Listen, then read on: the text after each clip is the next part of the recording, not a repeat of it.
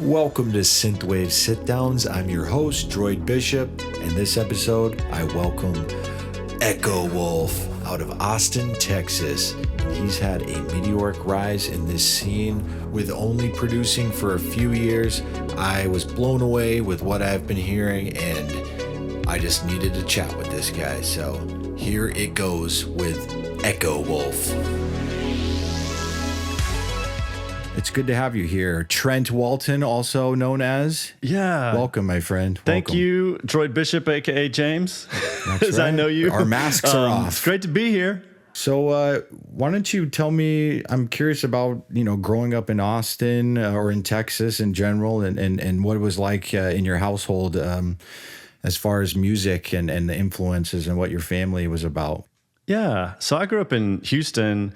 I'm a 45-year-old adult male, so I've been around a while, born in 79. So, I mean, really going back to, I think my formative, music is rad and I love it. I have this memory of mopping the den. We had the whole family would do DIY, home improvement projects. And I remember mopping this floor on Saturday, listening to MTV in the mornings or whatever kind of records we had. And we listened to so much Genesis, just over and over. And I just I don't know, there was something I think deep inside of my brain that formatively was just this is what relaxation is. It's like cleaning your house and listening to a gated snare and a beautiful vocal. And then it just kind of went on I'm totally, it's a very specific memory. And I remember MTV generation. So growing up and the first time I saw the Thriller video, I was eating a Nighthawk TV dinner with my family. Oh, yeah. And so there's just all of these touchstones. But I would say growing up, I think the biggest thing for me was I say Houston, but it's outside. So it was a smaller city about 20 minutes outside of Houston called Baytown. And just spent a lot of time outside riding the BMX bike, doing kind of what you would imagine an 80s kid would do. And I just remember what I would classify as punch dancing music being the entire basis for probably the narrative that goes on in the back of my head, maybe a little bit self-centered, self-important thing, whatever, I'm aware of it. But this I'm the Karate Kid, or I am in Days of Thunder, or I am in Rad, or whatever it is, I am doing this thing. And so thinking of even Rocky, so thinking about all of those anthems from all those tracks, I think that was the just montage scenes. Yes. Even the stuff that I do now, I still just kind of go back to this I'm very comfortable with this idea of the melodramatic elementary age, junior high age, young person, just thinking that the things that I'm doing are so, it's just, I'm so in my own head and so kind of emotional about what I'm dealing with. And so I think part of my stuff, I try to go for, the impacts and the big drops or things, but it all kind of roots back to Rocky training in the snow. I just think about those moments, or Crew Jones and Rad doing cool stuff. Whatever.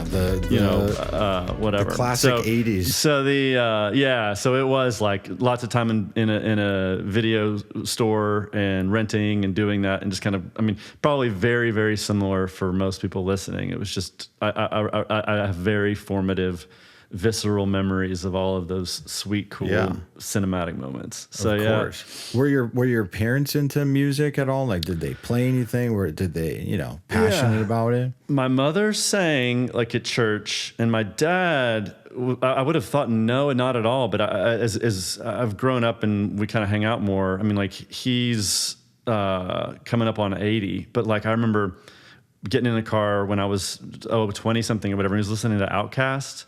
He introduced me to Led Zeppelin. So it was much more of a here's quality. And he listens to Weather Channel jazz music all the time. Not my bag, but nothing wrong with it. Nothing wrong with it. It is a great vibe.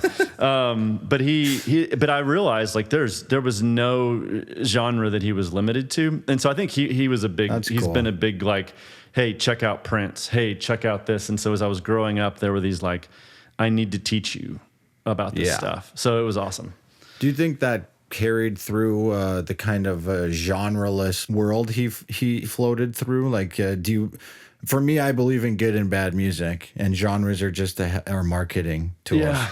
Yeah. So, what are your thoughts on that? Yeah, who knows, like, why things resonated. I think there was a time when I was younger, like maybe junior high, middle school age, where, I mean, that was kind of when, like, Nirvana and Pearl Jam and Soundgarden and Alice in Chains, I was so deep into all that growing up, and I don't think my dad was super, well, actually, maybe he was, but so I kind of went through older adolescent phases where I was genre-less. It was just more like, this is the thing, and I'm going to dress like this. And so it was a very like identity-driven thing, but I think I kind of came back around it after that. So, yeah. No, I loved all that stuff too. What were you, like 12 kind of when the grunge scene was really... I think that's right. Yeah. I mean, I remember buying the CDs, and they were still coming in those super tall cardboard sleeves. Oh my God. Yeah, that was the beginning of the why we crush files onto little machines now. Yeah. But there were really no instruments in the house. Like, no one played much. There was a very cheap, I don't know, is it Samric? It was a cheap guitar. The action on it was terrible. And so I picked around at that, and then like after high school, I was very big into playing guitar, acoustic guitar. So that was kind of the bridge, probably. So I from a music consumer to like a coffee shop like cover person, just really bad in college, but did a lot of that. Like, still, play acoustic a little bit, but spent a lot of time then. That makes sense. Now, like, I wasn't aware that you played guitar. So where did that journey kind of take you after high school, or from the coffee shops, and what, tell me more about that journey. So I waited. I mean, I like in high school, I had a bunch of friends who played guitar, and there was this stupid thing that I guess I thought was like, well, we don't really need any more guitarists. So I sort of, I don't know if it was lazy or whatever. And, kind of picked it up for whether it's was like coffee house things, learning like Oasis type stuff at the very beginning, or Counting Crows. Yeah, the gateway drug. But I worked all summer as a lifeguard in, I guess, 97 or 98, and I got a Taylor 410 CE. And I still have it, and I'm no virtuoso. It's rhythm, and I just love good tone. And I'm not Willie Nelson. I'm nothing like that, and I'm a nobody. But he talks about his guitar trigger, and it's like you sort of learned on that, and there's nothing else that makes sense to him. It's very much like that. I have that guitar, and I have a couple other ones, and I just don't play the other ones. It's sort of like the only thing that I will reach for.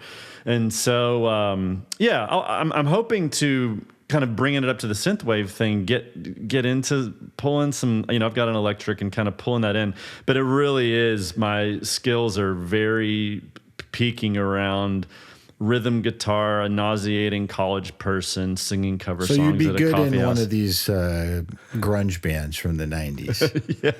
Yes. Just some slangs, and, throw on the stomp box. And but I would say, I was immediate. I'm pretty like hesitant to toot my own horn. People joke about how modest I am, but I rhythmically I picked up the guitar, and it was like a drum, and it was easy as heck. Like people who strum and they sort of are wooden, and they sort of their whole body shakes. I can't help anyone with that, because I'm just like, I have no idea what your problem is, because I can just do it.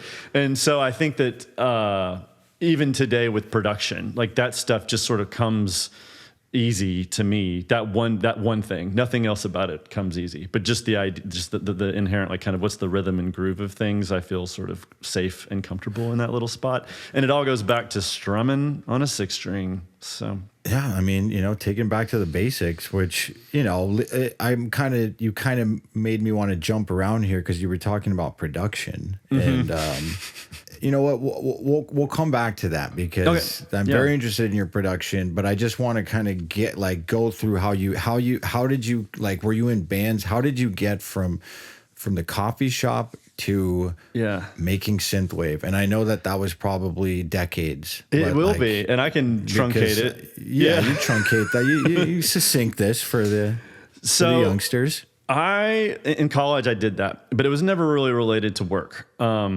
And so, and what I studied in college, it's like psychology and child and family development. Again, not related to work. I was in college. I graduated in 2001, and I was building websites in college, and I was very into it. Like it was one of those things that it's not the same that it is now. I don't want to say better or worse, but for me and who I was, that time was magical because everything that we were building for the web was the first time. It was like we were in the Wild West, pioneers of a new technology.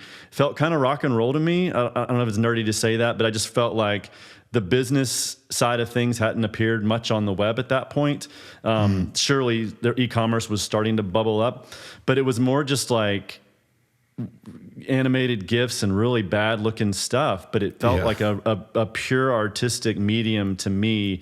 And I had I'm a graphic designer by trade. That's my job. I'm like, do UX. Actually, not really as much now, but and you do all your own artwork. I spent, and so I got into skill this stacker. Yeah, I am. That's kind of my whole deal. So I got into, I'm going to try harder to truncate more now. So cool. Graduated college and started a web agency with two friends I knew, just two friends. Those two, one of them was a developer and one of them was kind of a more like had a degree in art and design from the University of Texas. I didn't have any of that.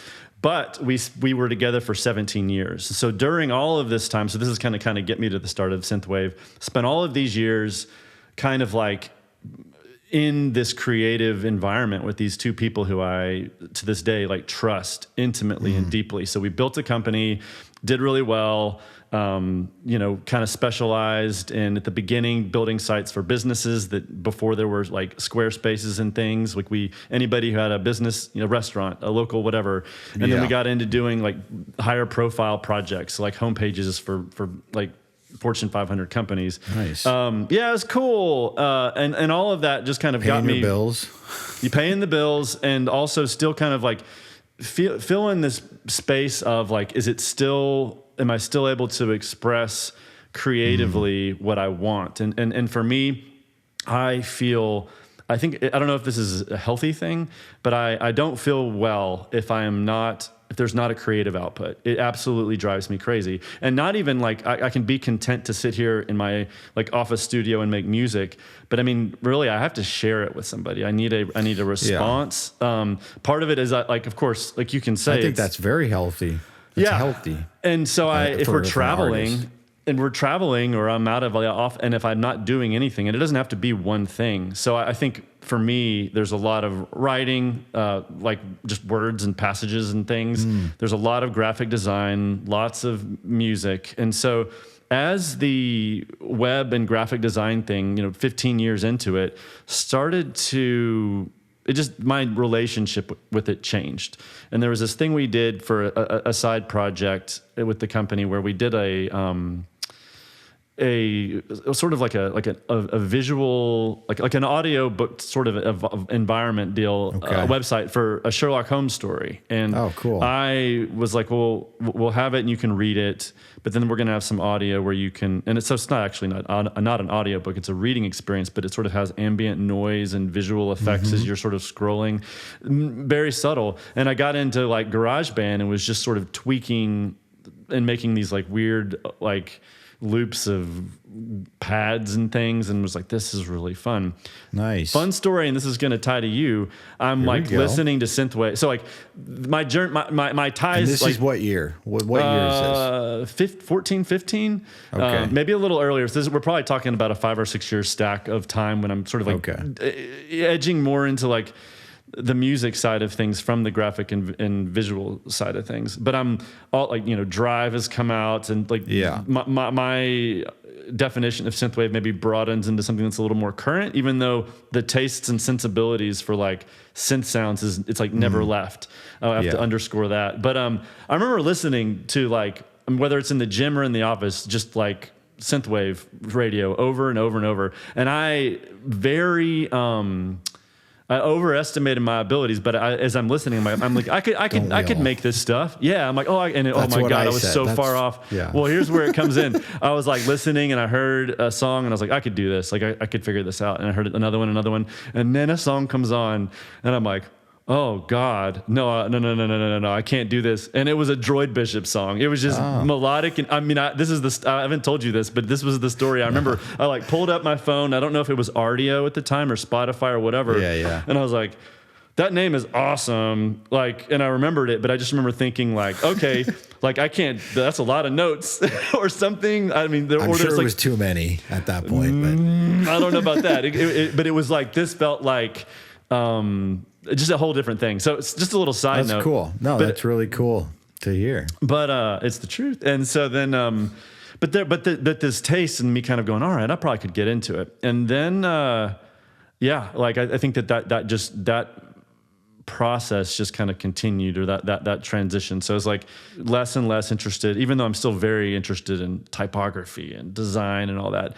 But my interest in audio and music production kind of started to go up. And very quickly I was like, well, I do not want to take 10 years to get good or decent or whatever we want to say at music production. Yeah. I did that with graphics and was like bad and just, before I had kids, had all the time in the world and was just like, I will bleed for this until I'm decent. And that's what I did. With music, I was like, I'm getting help. I'm going to reach out to everybody I know. And like, I got on, it was something like, started to make music and got on SubmitHub and anybody who would give me feedback. I mean, I was like completely lost. So I guess if we're transitioning into synthwave, I think the first thing I did, I think it's Sonic Academy, where I did like a how to make synthwave, and I think it was Tim from the Midnight, and I just did the whole video. But he's saying things like cut this and do this, and none of this made any sense. Like I'm coming from no knowledge, and so it's like recreating a song, and it's like, okay, this is cool. And there was another one that I think Time Coppa did, and I was just like,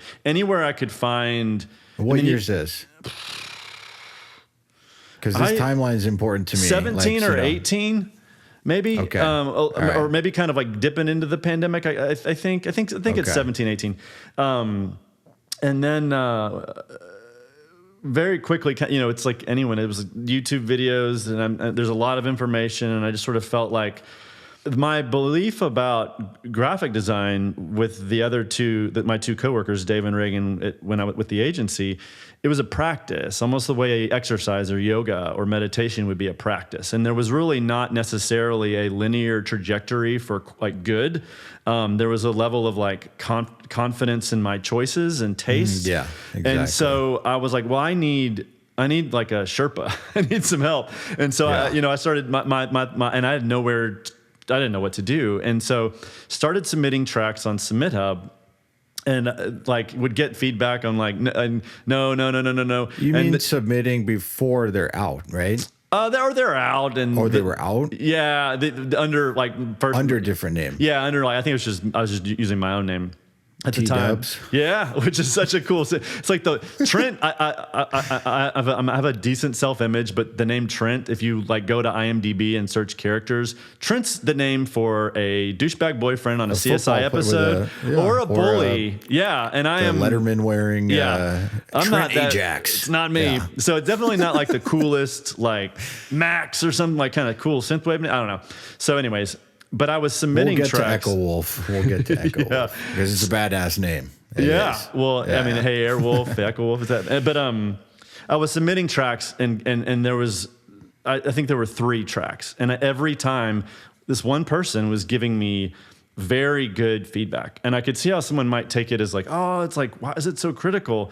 I come from such a like trusting, like that I like the friction. Like I make good friends pretty quickly. Like I'm a pretty like open, vulnerable, empathetic. I try to be. Let me say that. Mm-hmm. And so the creative process for me is collaborative, and I don't mind people saying I don't like this. I totally get it. I've spent too much time with like passive aggressive designers picking fonts to not cut to the issue quickly. Yeah. And so Jed, Rogue VHS, just started giving me very specific, helpful information. And I'm, quite a bit older, which is one other thing that I like to emphasize with people and my kids. It's like I'm 45 and he's, at least a decade. I don't actually know our age gap, but my kids were like, isn't it weird to like reach out to someone so much younger than you to get? And I was like, stop. Like if you ever do this in your life, if there's any if you feel insecure about that, then you are missing out on like eternal creative journeys, Well, I just wanted to chime in and say that like all this information is super commendable on your end, because and I'm sure a lot of other artists like would never dare to do that. The fact that you just jumped in and said, I'm not wasting 10 years like graphic design, and I'm going to get good and good quick. And that's why we're talking here. So I honor that, my friend. I really do. Thanks. And what you're telling your kids is right. These imaginary things shouldn't matter. Someone older or younger, the information is important, and who's got it, I want it. Yeah, absolutely. I have something I want to express back to that whole like feeling healthy creatively. It's like I need to be doing this, and and I still have obviously infinitely stress about production and put a lot of time into that, and a lot of like probably too much, but I want to make sure that like the output's as good as it can be. And so it was interesting because I didn't know what I was actually, I'll say that I was like nervous. Like I was like, hey, can we do a call one day or just like talk? And I didn't know if he'd sort of be like, well, you're a square, you're an old dude, I don't want to talk to you. But it very quickly developed a really great kind of like working relationship. So to this day, like yesterday, I sent him a track, he pulls it up in FL and kind of pulls up an EQ. And I was like, this track is so cool. I'm so proud of it. And he was like, hey, try these things. And there were just little boosts or cuts, and he was kind of focusing in on a bass sound or whatever. And so having, I think like a relationship that we've built over years. I mean, this was years ago. And so, and I think that's as you do collabs, like you and I, you go through those iterations and you get close. Skyline Drive, I've done a track with Great White Drive and Jacket. And so you get you go through these creative processes together, and then your morale and your relationships deepen. And so your pool of people you can rely on and be vulnerable. And I think that's what I think that's what it is. Vulnerability. Be vulnerable with this hard thing. Yeah. And so but that's what art is. So it's kind of like jump in the deep end. Yeah. And I think that on. There's an investment there. If you're working with someone else, there's sort of like, there's the track, there's the job at hand, but more important than that, to me at least, and I've seen this in every aspect of anything I've ever worked on, is like the team is the most valuable piece. So if we come back and we're recording a podcast, if we do another track or whatever it is, the output's cool, but these relationships and the way we kind of impact each other, I think that if we're trying to figure out the significance of art, like you're kind of saying, this sort of creative collaboration makes it mean even more. So you gotta leave I guess I have ego, but you have to submit to that, I think. You do. And that was a reason why I reached out to you, trying to work with more people. I'm can be a lone wolf kind of creator, and that's the way I like to operate a lot of the time, with my own vision, and a single painter finishes his painting, but wanting to reach out and work with other people, because like you said, the team and the output of the team, the output can only happen with all these parts working together. And I think our song that we did together is a testament to that, because I think it's done better than I even thought it was going to do.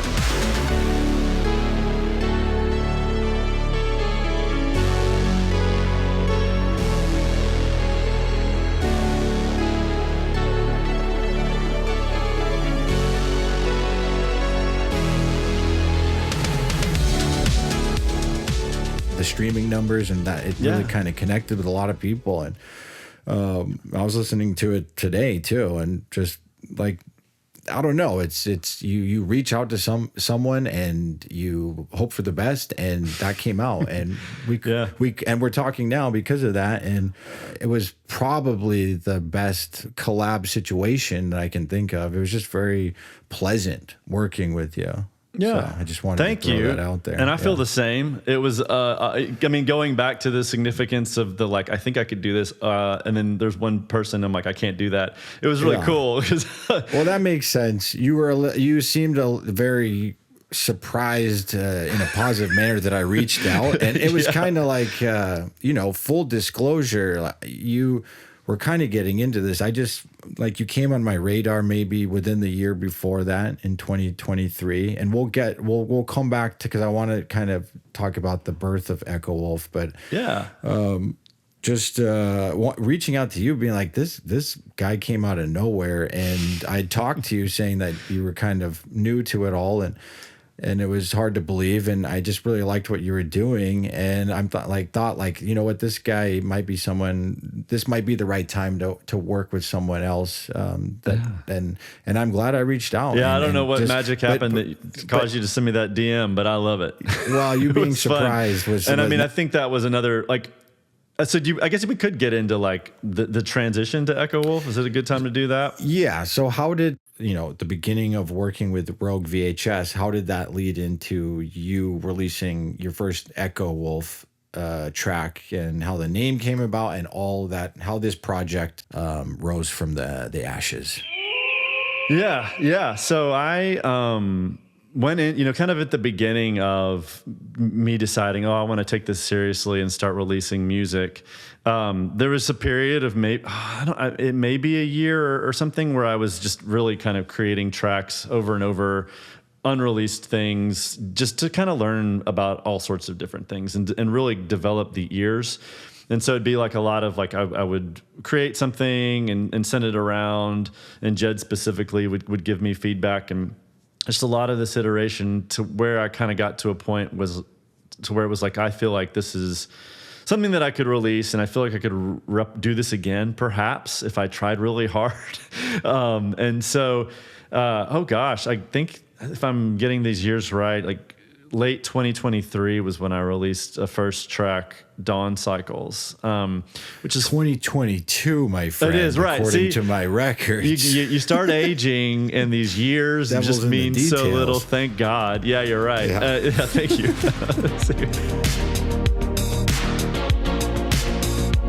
And it was honestly named from that. So, Jed lives in the UK, and for me though, if we ever did calls, it would be kind of early-ish for me. And so this idea of Dawn Cycles sounds very sci-fi, but there was like a little kind of me going back to like, there's like a little personal story. Yeah. And so I was like, well, that's cool. And then the name, oh man, I bet I did what everybody does. I made lists of names and was like, I'm going to do a compound thing. Neon light, saber sword, echo machine. I promise you, every word you just said is in some Notion document that I have.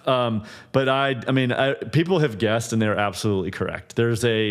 Echo just sounds kind of cool, and I watched a ton of Airwolf and totally get that, and was just like, Wolf, and really honestly just didn't overthink it. The clincher for me though was probably unique to my own sensibilities, was, will this look good in a typographic logo sense? And Echo Wolf, and so I had this friend Simon Walker who did, it's kind of modeled off after sort of a lot of those early ITC typefaces that you see on like Stranger Things or whatever. But the Echo Wolf, I was trying to kind of bridge this font ITC serif Gothic. It's like, you'll see it on the Star Wars posters. Yeah, it's a Halloween font, I believe. So I knew you would know. Oh wow, props, good, yes. And then there was a Paul Simon album cover that was using a variant of that. Oh, I forget the name of it. Is it One Trick Pony?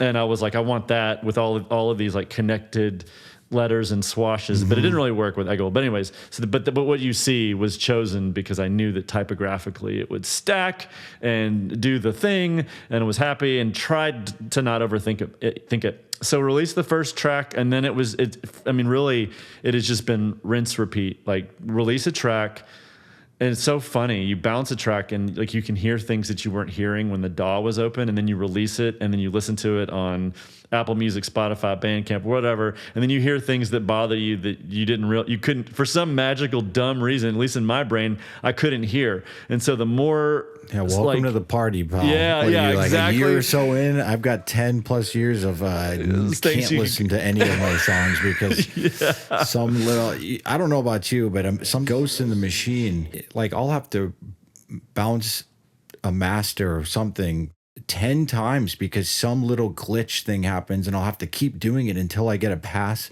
where it doesn't, and then maybe I have a new session that has 3 spliced together because I never got a pass without some weird glitch. The ghost in the machine. Yeah, one time I got this weird reverb, probably a mistake happened, kind of thing. Something was bouncing around and clanging, and it was really cool, and I had to I was trying to bounce it again and get it, and I actually just had to print it and do it. Yeah, I had to print the. Anyways, no, the same deal. Sometimes it's a happy mistake, and you're like, I can never reproduce that, or you just gotta bounce in place, commit that sound. Yeah. When you hear it, a little glitch. I don't know. It's give or take. But it's a nightmare. Welcome to the party. I know it's about music, but even Martin Scorsese will be sitting down at the premiere of Goodfellas and be like to the guy next to him, "Oh man, should have made that take shorter. Oh man, the best freaking movie. Yeah, it doesn't matter. The person who makes it often can't sleep with it." Hey everybody, if you're enjoying these chats so far, hit that subscribe button so we can keep this thing going and get the artists you want to hear about to come on this show. I appreciate your support. And as this is maybe not fully accurate, but I would say that I try and hope and kind of believe, maybe delusionally, that my obsessiveness going back to the graphic design thing has taught me, at least to some degree, to be okay with that, knowing that this is what bubbled up. This is the journey, and we're just going to keep moving. Yeah, I'm here to tell you it's okay. The greats, everything we love, everything we know, Zeppelin, like you said with your dad. Yeah. You know how much crap is on those records that we're talking about. Yeah. You know, like Flams, no one's hitting on time, like together as a band, like gnarly stuff I never noticed when I was younger, just rocking out. But with our producer ears now, it's like when you watch movies and everything we do, we're watching with this perspective of how something is made, and which I enjoy that too, as much as I wish I could. Ignorance is bliss, my friend. I'll pause a song in the car with the family and go, get a load of that stereo width on those pads, and everybody's like, shut up. I know. Well, that's why I started this show, so I could, talk to some soulmates out there that understand the pain and the struggle. But I wanted to go back to what you're saying, like what we're talking about, your attention to detail and how you think about kind of the overall view of a project, whether it's the font, the name, coming up with your band name, your artist name, with how it's going to look, and making all these decisions cross-reference each other, and they all have to fit in a box. That's how my brain works too. Mm-hmm. And I also noticed that with your release strategies, all these things, like, I see what you're doing, buddy. Don't worry. Like, I see a smart guy out there. The choices you make and your vibe from the name to the image, everything is, you're one of the top in the game, in my opinion. So, well, thanks. Oh God. So much if there's any part I go to listen to again when we release the episode, I'll just come back to this. When I wake up in the morning, I'll listen to this and this say, is the part that's being edited from the show. This is just for... I'll be look in the mirror and listen to you say that and feel good.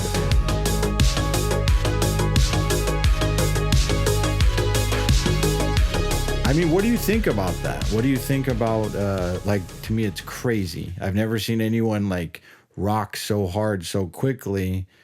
Pretty much one maybe a year and a half out of the gate. If there's anything I've done, it's it's the team, it's the people that it's the relationships. I mean, I would say that like Tonebox Masters things. I haven't mentioned him either. Yeah.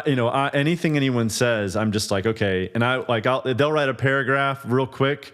I will just read it over and over and make sure that my little newbie brain understands, what they're saying and not take any kind of piece of advice for granted. So I think that just like, I started from scratch. None of these people, I had no relationships and no friendships with them before that. And so I really think that the joy of creation comes out when you have these relationships, and like it makes me feel good when somebody that I've created with is like, good job on this, or this sounds cool, or whatever. That kind of stuff pushes me, I think, a little bit, and maybe even holds me accountable to like a release schedule as well. If I'm just like, I'll be working on something, I want to kind of have something every month. And to comment on that, I don't necessarily do that. I try to just push myself to be productive without feeling like I have to meet in any kind of thing. But one thing that convenient that it just lines up that way, and you don't feel the stress or the pressure to be part of this machine. It helps when nice people reach out and say, "Let's do a track together," and you're like, "Yeah, they kind of exactly." The collabs. When we worked together, like you did a lot of the legwork, which was great for me. So hats off to you. Well, I remember when I got the DM, the first thing that came to my mind was like, okay, what value am I going to add? At least the least I can do is work. I have that talent, taste. We'll see. Your drums were a huge reason for me reaching out. I'm a huge drum freak, like how they sound, especially in electronic music. Honestly, any genre really. It makes or break the sound of a record, like Absolutely. a rock album. Just think Saint Anger versus Master of Puppets and the snare sound. I'm not saying which one is what. I'm not saying anything. I'm just saying that they're different, and a snare sounds, kick sounds. I just loved the production and the tightness and the mix. And obviously, you're alluding to the fact that you're getting some feedback and things like that. But I still, it's still your stamp at the end of the day. And that was a huge factor in me reaching out to you. I just loved the sound of your drums. Yeah, everyone, if you're listening and you've encountered me on Submit Hub, I hope I have been constructive and super helpful. but if there's anything, I bet if you were to like AI summarize everyone's brain who's ever interacted with me on Submit Hub, it's like, this guy will not stop talking about sidechaining drums, like drums and punchiness and all this stuff. I redo this and stress about this more than anything else, the low end and the drums, like, and it's funny, every 3 to 6 months, I scrap everything and redo it and hope that I've sort of like got my kind of process and my approach nailed. I don't know that it makes a huge bit of difference, but I find like eating those vegetables and paying that tax is good. Right, how much is too much to boost a low end on the kick? Well, what's the craziest number? I just want to, because I know we mix with our ears and not numbers, but sometimes you're like, it really took that to get what I needed. So tell me the craziest. See, this is the worst. Is I'm so like, I wouldn't say sloppy, but so like multiple avenues. You're gonna have to go in and look at like the parallel boost as well, and all this stuff I do. It's that, huh? Yeah, it is like that. And I don't think it's better actually. You mean like in the stereo spread or what? No, just like if there's like a parallel saturation compression. Okay. You just have an EQ on a send from that kick. Or the whole drum bus. Okay. And one thing I'll say is like, every time I redo it, I remove stuff as I get more mature. I keep looking for like, let's just go, back to the punch dancing music. I'm like, let's make this super intense. Like that's the only thing that I think about. Like I'd say like my new favorite thing, and this is maybe too technical, so I'll keep it quick, is the Kick 3 came out, and you can like drop kicks and drop snares into it. And you can kind of map. So if you ever want to do any like pitch, pitching of the, cool. So I've gotten, it's made things a little tidier, and I sort of fuss with things less, but it's like a lot more control. So I've been playing with that a lot. the more I mess with it, the more I realize that 90% of what I had done in the past is probably unnecessary. And are you applying the less is more philosophy these days? I'm kind of at that point. Less is more. Yeah.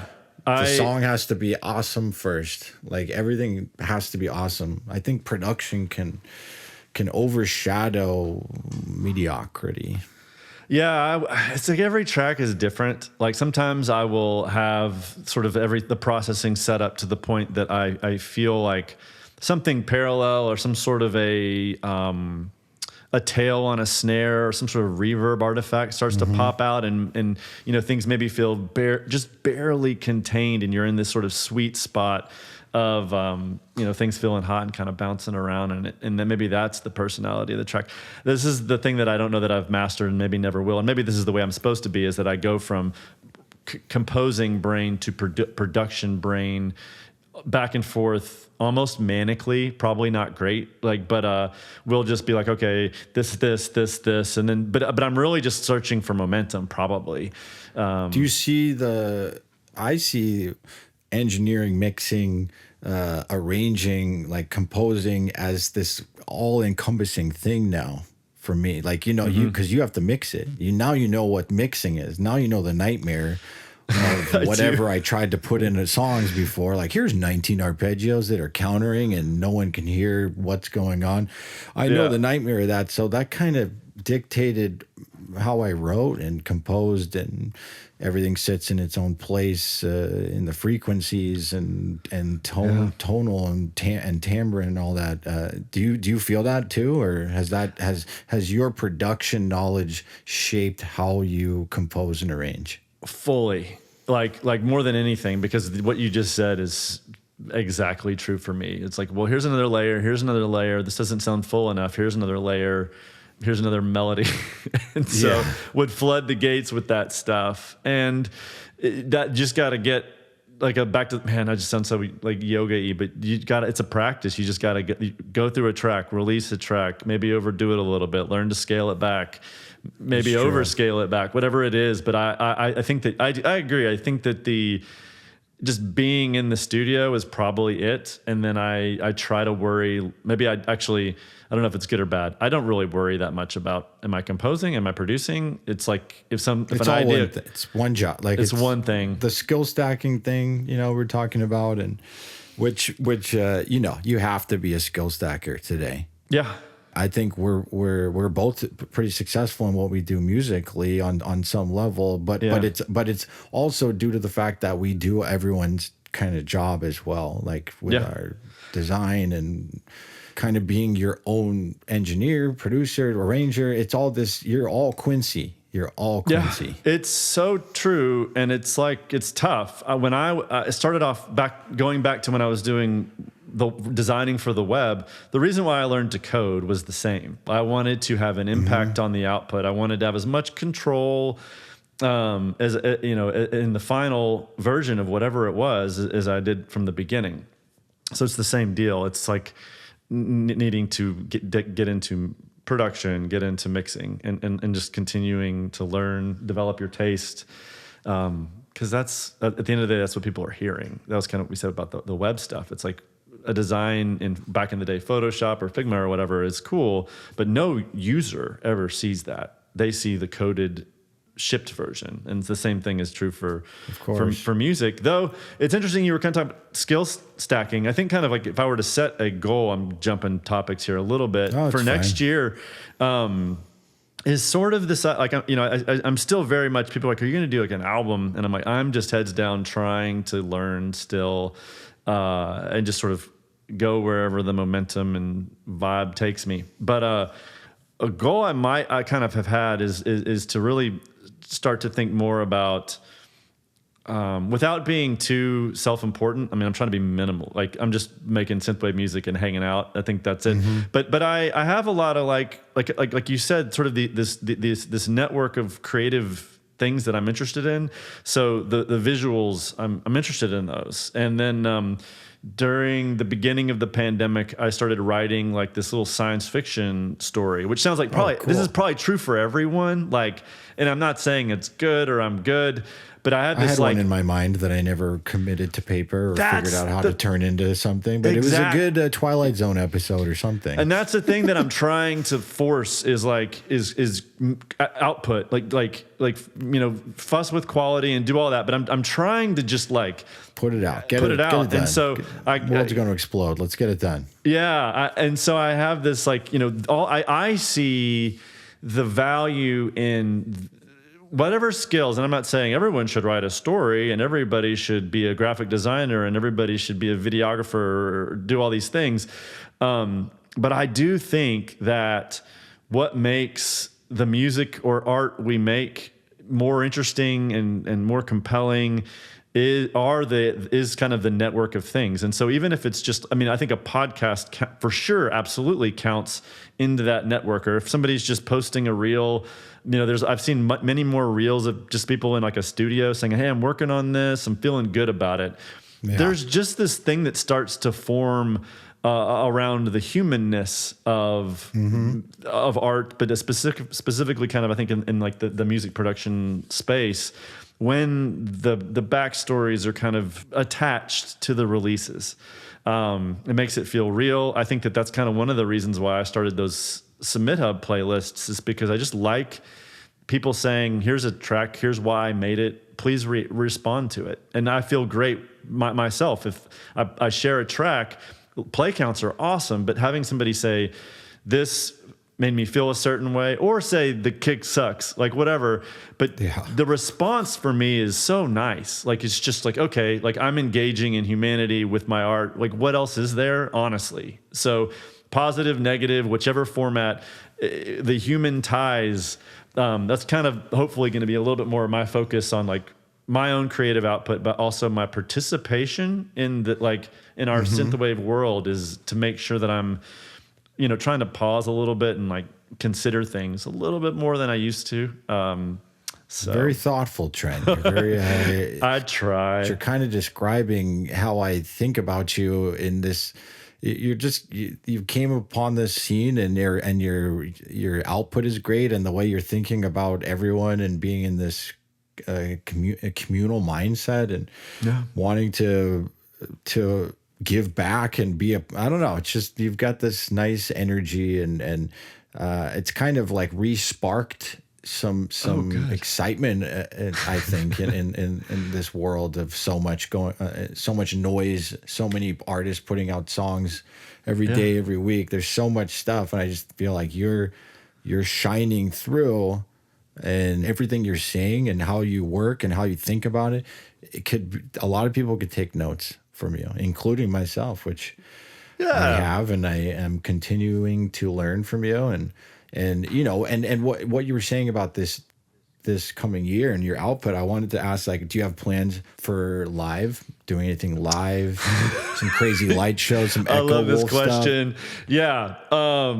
I would need you to come to Austin and be like, this is how you would translate all of your infinite stupid fussing around in a studio to any kind of a live environment.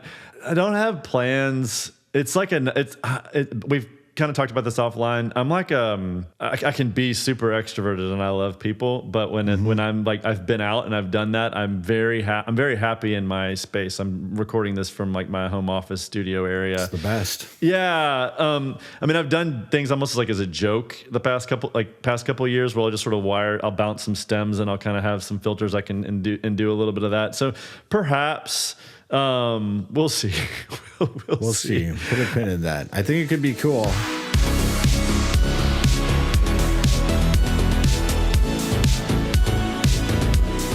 We could document this, because in my brain I'm like, I don't shred like Droid Bishop, and I watch Midnight Fury rocking like live recording sessions at his house, and I'm like, I don't do that. I can't do that. And so there's all these. What you can do is you're a visual guy though. Yeah. And you know what I like, people go on about live music and tracks and stuff today, like all the different opinions on what's a live performance, and I have a strong opinion of like, just entertain me That's the thing. So like, I don't care if someone's just pushing buttons or they're not even doing anything. I don't care if Daft Punk aren't even Daft Punk under the helmet. Just put on a show. Cool. Like, make my head explode with your visuals. And like, that's a live show. Like, that's something. Live should just be something that you're not getting from just listening to the music at home. If you're doing that, that's a live show. So yeah, maybe I should listen to my own stuff about extending again beyond the release. Yeah, like any way of furthering or broadening or expressing the idea in a different context is good. You'll be thinking about it now. Yeah. With your playlist curation, you're kind of a gatekeeper on there, right? Like in a manner of speaking. Any bad experiences? Rejection's not an easy thing to take for lots of people. Yeah, and really only for the past 7 months or 8 months or so have I been like more active on Submit Hub. And I haven't had any, like, I've had people say, I guess, like, they can rate you, where they'll be like, it could be more helpful. I think I got a couple of those. Yeah. But I try to hold myself accountable to the idea that, and always think about this. Well, actually, and I think about my first interaction. Like, I went back and saw my first chat with Jed, and I was like, it was critical and like had lots of things to say.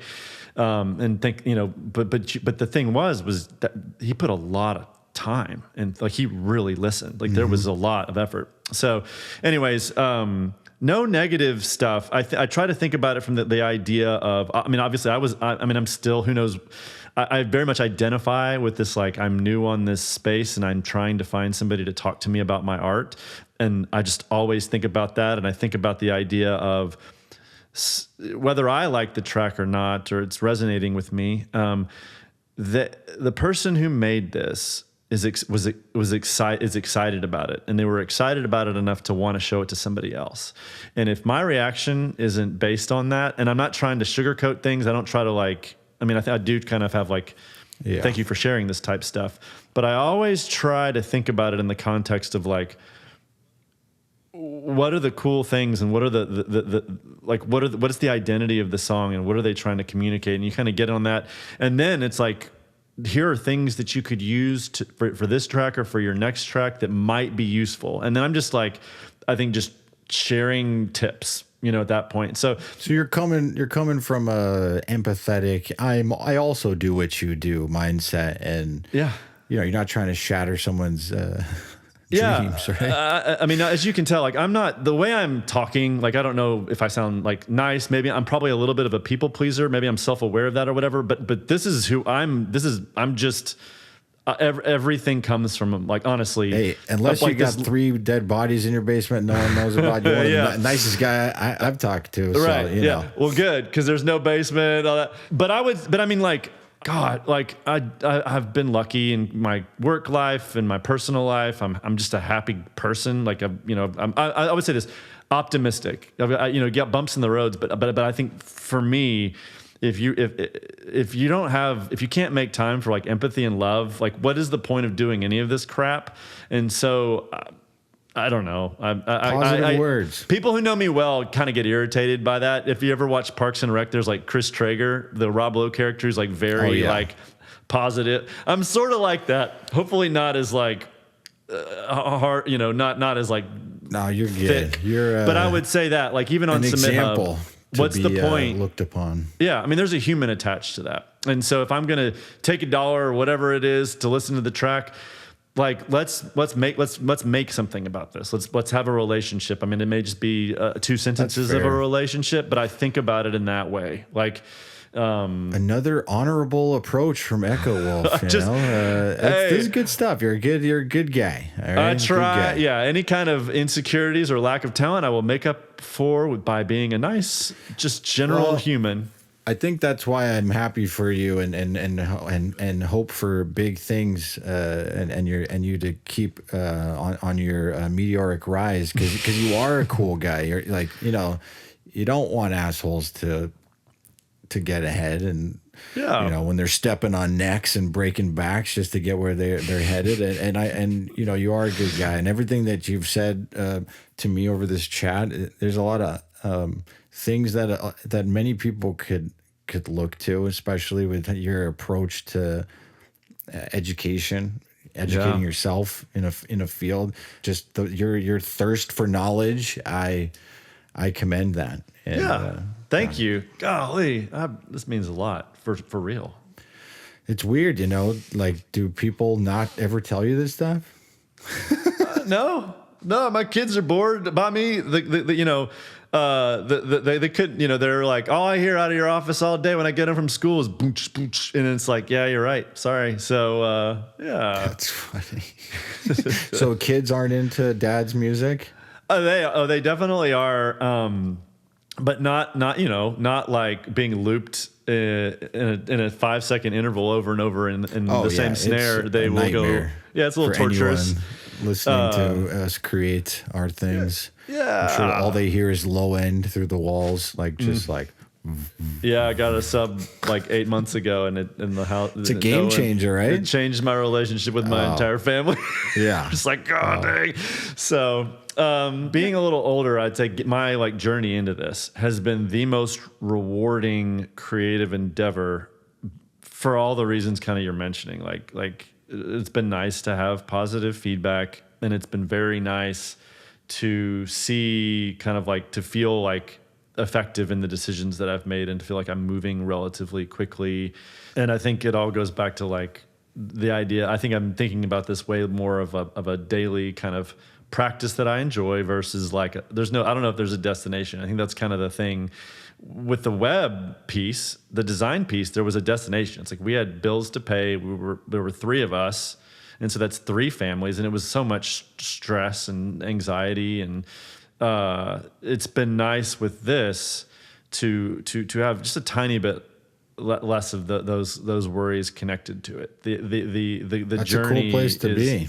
Yeah, I mean, I still obviously have day job vibes going on and working. I can envy that on a level where what I do in anything music, that's what I do. That's what I have to do. And the things in my mind, the places I need to go, I gotta get there. We got to do this. Yeah. And and there's other areas of my life that are more for enjoyment with no trajectory or destination. I enjoy cooking, all these other things, and I feel like I envy this kind of freedom you have to it's not do or die in your mind in a way. It's so, I go back and forth because it's so there are months where I've taken 3 projects and I'm working on branding and logos, and I'm on all these Zoom calls, and I love clients. They're so great.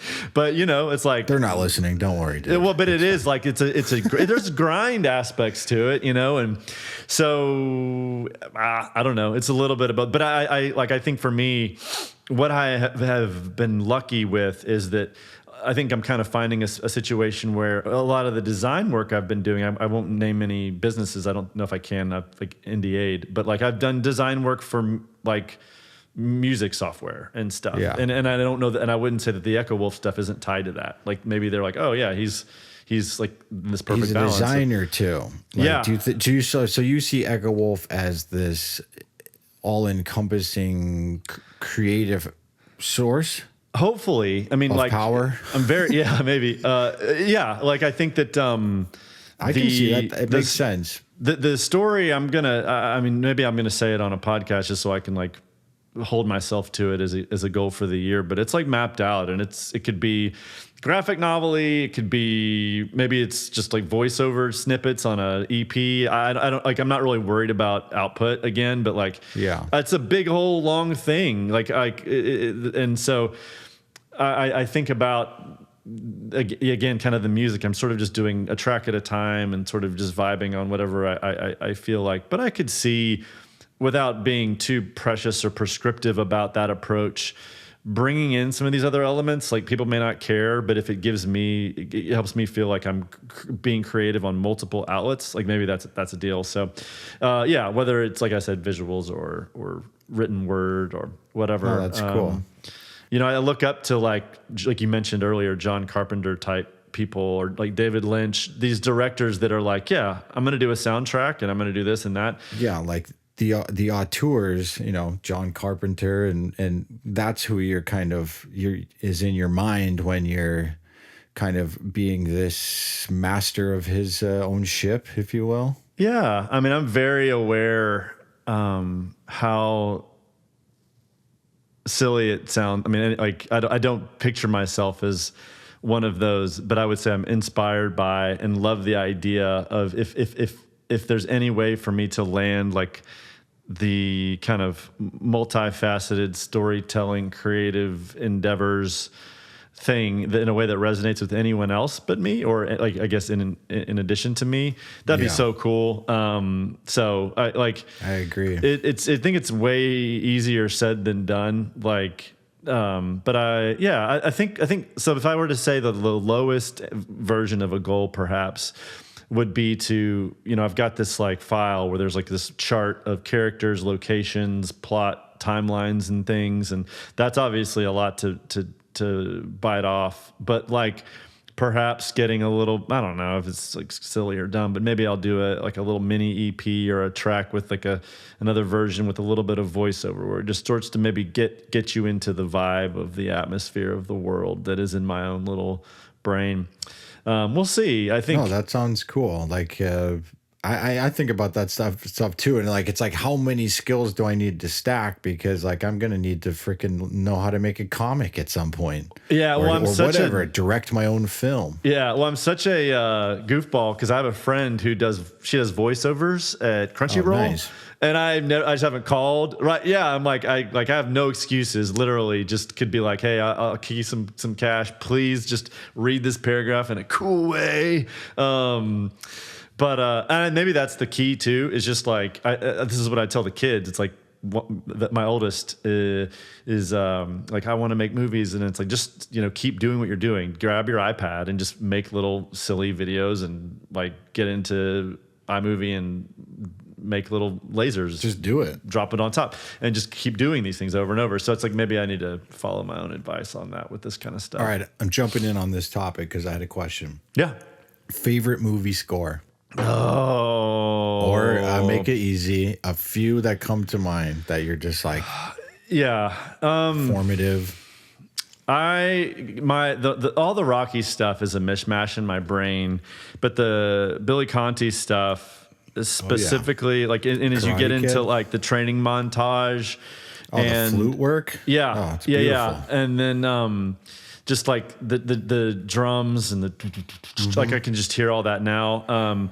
Like the track "No Easy Way Out," just like all that stuff was just so like, we're gonna overcome it. For me, actually, that's probably it. Like that, or maybe the Karate Kid one. That's just. I think that there's something really charming about, and I maybe try to kind of remember how I felt at that young age of just being so self-involved and like in my own head. I think there is something kind of nice about, in certain aspects, leaning into that a little bit, like thinking about yourself and believe, and whatever, it sounds like Hulkamaniac type stuff, but like believing in yourself. So there is this energy to that stuff that I always kind of like think about fondly and try to capture. I mean, yes, I could say like Blade Runner, and yes, for sure. But I think for me, if we're going to kind of go into the most like Trent-esque thing, it would be all of that kind of. I mean, even down to like Footloose, like just I don't know, anything that has like a montage. Yeah. That's I mean, even to Hot Rod, like the Farnham stuff, like all that, like even it's just all those movies. Even if it's like Andy Samberg Hot Rod remaking that energy later, it still hits with me really hard out of nowhere. Yeah, I love Hot Rod. I still love it, and so for me, I think anything like that, like I love that stuff. So intense.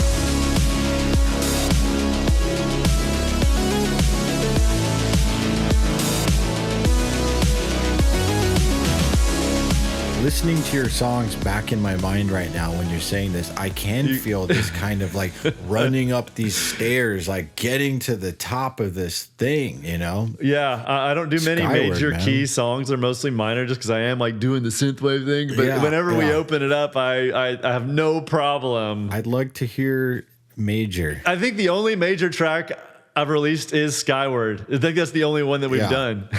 And that dabbles in, you know, it has uplifting majors, but it is a minor feeling song. We got our little cyberpunk bass line. Yeah, of course, of course. All right, what would be a couple of your favorite albums that you would take to the desert island? Oh, let me see here. Duke. I have that on vinyl. Duke by Genesis. So let's see. That one I would definitely probably have to bring that Phoenix album. Is it 1901? What is it called? The Phoenix album with Listomania and Lasso. I don't know what it is about that. And actually, with the Renegade remix, which I guess it's probably going to be out when this is live. That was one of the things I was sort of thinking of. This like early 2000s sort of like.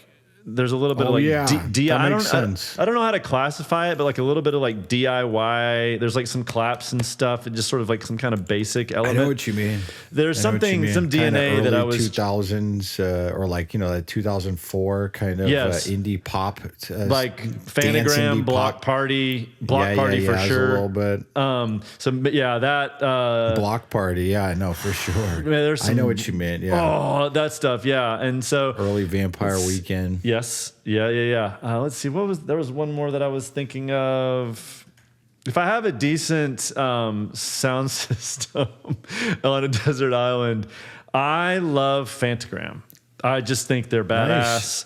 And I'm trying to remember the album. I feel like it's Eyelid Movies. It's the one with, I don't know, whichever one it is that I listened to on repeat in the early 2000s over and over again. Trent's repeat Phanogram. None of these are synthwave albums. Oh, that's, this for the synthwave is just what brings people together. Everyone is into so much stuff. And that's why we're here talking. Yeah. We all kind of found ourselves in the same room here, but we all came from so many different places. And these are all albums I think with tangentially things that I'm like, I want to do kind of the synthwave version of this energy or this sound or this mood.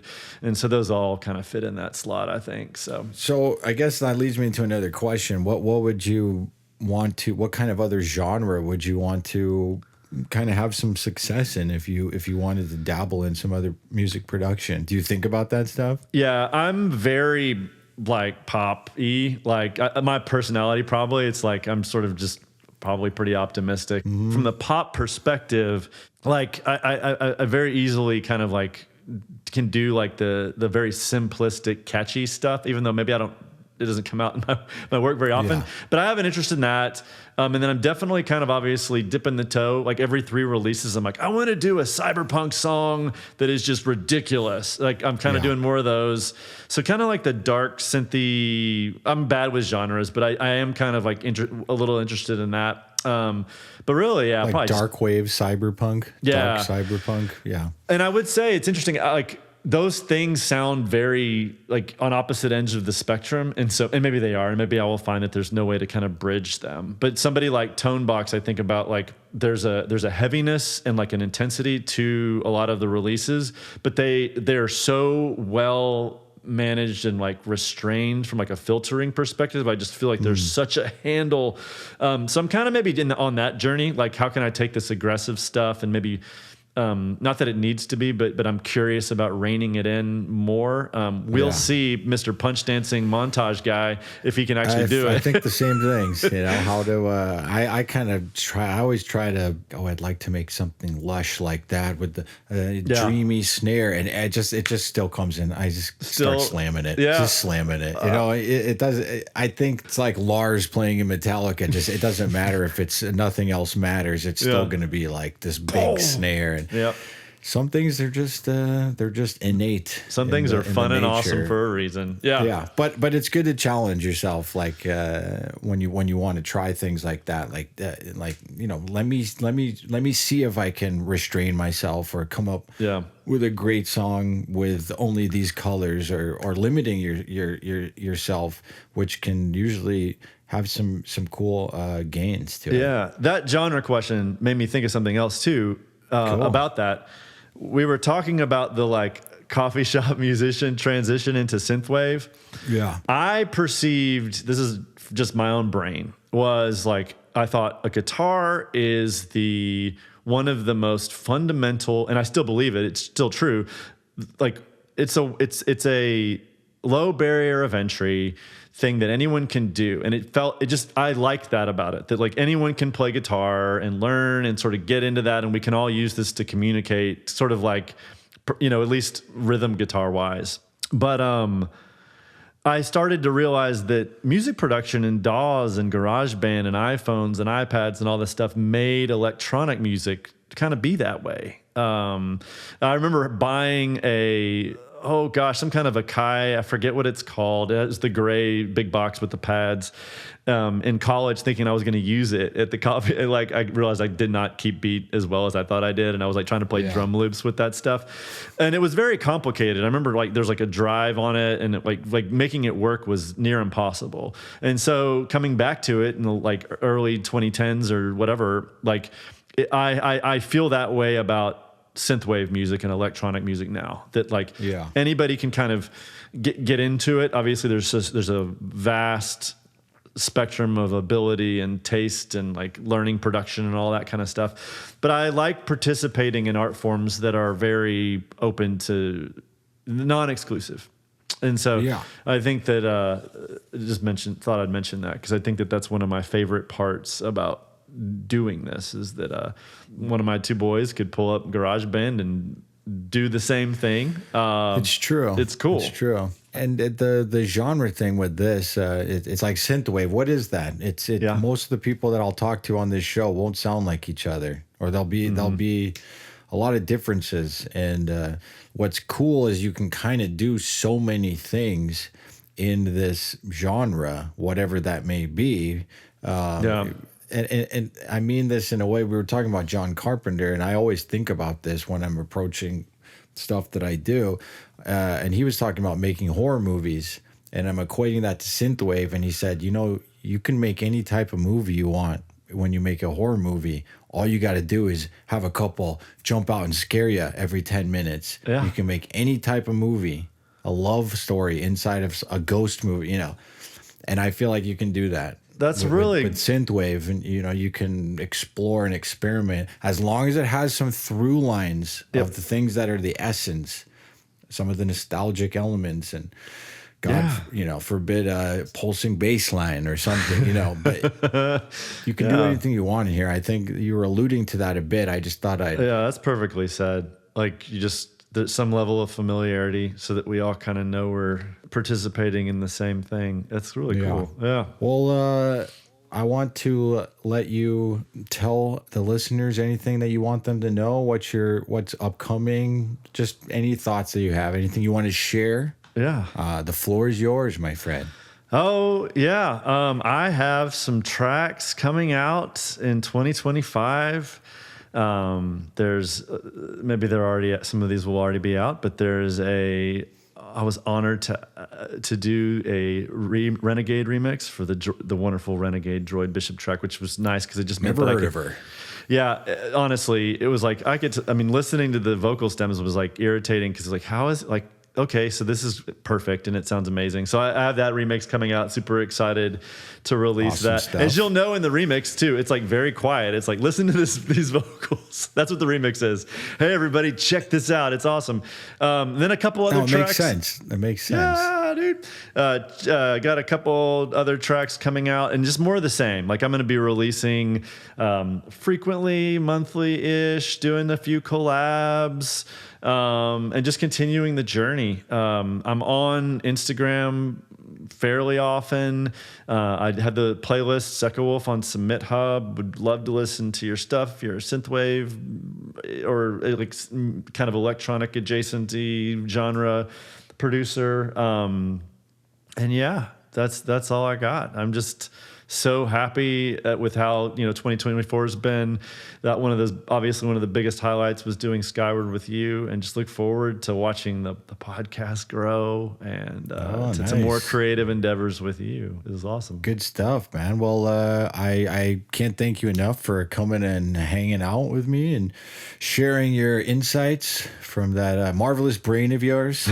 And we can all learn a thing or two from the mighty Echo Wolf. Well, thank you. You have a good one, my friend. You too. Thanks. Thanks for listening to Synthwave Sit Downs. Subscribe and stay tuned for the next one.